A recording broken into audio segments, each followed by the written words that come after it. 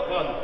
మరి 50 ఏళ్ల తర్వాత కూడా ఇంకా హీరోగా అదే ఎనర్జీ తోటి, అదే ఉత్సాహంతో, అదే రకంగా ఫైట్స్ చేసుకోవాలి బాలయ్య మాత్రం. అలాగా ఆ హీరోగా ఇంకా యాక్టివ్గా కొనసాగిస్తారు.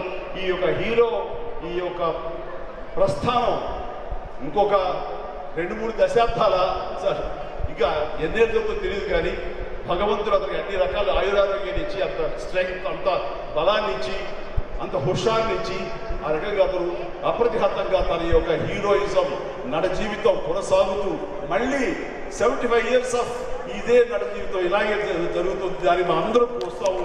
అలాగే 100 రోజులు కూడా, 100 సంవత్సరాలు కూడా నడ జీవితాన్ని కొనసాగించాలి మనస్ఫూర్తిగా నా సోదరుడి గురించి నేను మనస్ఫూర్తిగా వేడుకుంటూ, ఆ భగవంతుడు మా బాలయ్యకి చల్లని ఆయురారోగ్యాన్ని, మంచి భవిష్యత్తుని ఇచ్చి ఇలాగే ఎడుతూ 10 మందికి తన సేవలు అందిస్తూ ఆ రకంగా ముందుకు సాగిపోవాలని మనస్ఫూర్తిగా కోరుకుంటున్నాను.